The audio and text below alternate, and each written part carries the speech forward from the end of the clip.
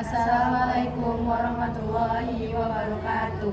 Pertama-tama, marilah kita ucapkan puji syukur kita terhadap kehadiran Allah Subhanahu wa Ta'ala yang Maha Pengasih lagi Maha Penyayang, yang nikmatnya tak terkucur dan tak terbilang. Kita berdiri di sini dan berharap-harapan bertatap muka karena nikmat Allah yang penuh kasih sayang. Yang kedua, salawat beserta salam marilah kita panjatkan kepada junjungan alam Putra Abdullah, seorang pahlawan yang tak pernah punya lawan, dan seorang proklamator yang tak pernah menjadi seorang koruptor, dan seorang proklamasi yang tak pernah buruh hati. Siapa lagi kalau bukan Nabi Muhammad SAW yang telah membawa kita dari masa kegelapan ke masa yang terang benderang, yang diterangi oleh iman, Islam, dan ihsan. Sudah menjadi fakta pada sejarah nasional bahwa kemerdekaan yang kita rebut dari tangan penjajah mayoritasnya adalah pejuang muslim yang berada di kalangan kiai, ustadz, tokoh agama atau pejuang muslim. Semua yang mereka lakukan bukanlah semata dari panggilan Ibu Pertiwi, melainkan panggilan suci yang berasal dari ketauhidan dan keimanan. Semangat nasionalisme para pejuang Islam membuat kita dapat merasakan kemerdekaan yang indah ini. Ya. Bismillahirrahmanirrahim. Ya ayyuhalladzina amanu attiqullaha wa attiqur rasula wa ulil amri minkum. Fa in tanaza'tum fi syai'in farudduhu ila Allahi wa rasul in kuntum tu'minuna billahi wal yawmil akhir. Dzalika khairu wa ahsanu ta'wila. Hai orang-orang beriman, taatilah Allah dan taatilah Rasulnya dan ulil amri di sekitarmu. Jika kamu berpendapat tentang sesuatu, maka kembalilah kepada Allah, Al-Quran, dan Rasul sunnahnya. Jika kamu benar-benar beriman kepada Allah dan hari kemudian, yang demikian itu lebih utama bagimu dan lebih baik akibatnya. Hadirin rahimakumullah, Ahmad Mustafa Al-Marogi dalam tafsirnya juz 3 halaman 72 menjelaskan ayat ini menjelaskan tentang perintah kepada orang yang beriman agar menaati perintah Allah serta mengamalkan Al-Quran, mematuhi sunnah Rasul, serta mematuhi ulil amri yang meliputi pemerintah, para hakim, para ulama, panglima perang yang menjadi rujukan dalam memenuhi kebutuhan hidup dan memecahkan masalah yang kita hadapi.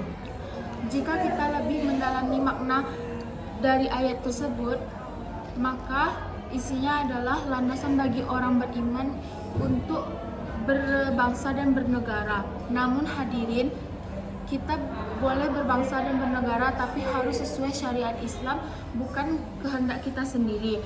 Kita masyarakat yang mempunyai sifat nasionalisme, mempunyai harga diri yang tinggi, bukan seharga sendal swallow yang dibayar 100.000 langsung mau dan langsung ini itu, pilih ini pilih itu, lalu ketika sudah dibeli kita diinjak-injak bagai sendal, jalan ke sini, jalan ke sana, demo ini, demo itu, bingung karena hidup jadi begini, jadi begitu. Jika sudah menjadi seperti itu, banyak masyarakat yang turun ke jalan untuk berdemo. Yang dulunya bersatu menjadi berseteru, yang dulunya saling kenal menjadi tak saling kenal. Kita sebagai warga nasionalisme sudah seharusnya memahami arti ukhuwah secara umum dan meliputi hablum minan nas. Oleh karena itu, marilah kita sebagai warga bangsa, mari kita bangkit dan berdiri karena kita sedang terjajah oleh orang lain walau tak tersadari. Mari kita mempererat tali kepersatuan dan kebersamaan karena kita terjajah akan sengsara lama-kelamaan. Takbir, takbir, takbir. Hadirin rahimakumullah, cinta tanah air adalah sebagian dari iman. Hadis ini berasal dari kitab Tahqiq Syekh Muhammad Lutfi As-Sabak, halaman 110 nomor 190. Banyak orang yang memakai hadis ini untuk memompa rasa patriotisme dan nasionalisme bangsa Indonesia dengan keyakinan bahwa hadis ini turun langsung dari Nabi Muhammad SAW. Umat Islam banyak membela batas-batas negaranya tanpa memperdulikan negara tersebut dibangun atas aturan apa. Jika negeri tersebut dibangun atas dasar Islam atau syariat Islam, maka wajib bagi umat Islam untuk membelanya. Tetapi jika negeri tersebut dibangun atas berdasarkan bukan dari jalan Allah, maka seorang muslim tidak berhak membela perperangan tersebut karena perperangan tersebut berada di jalan yang salah, yang disebut di jalan Togut.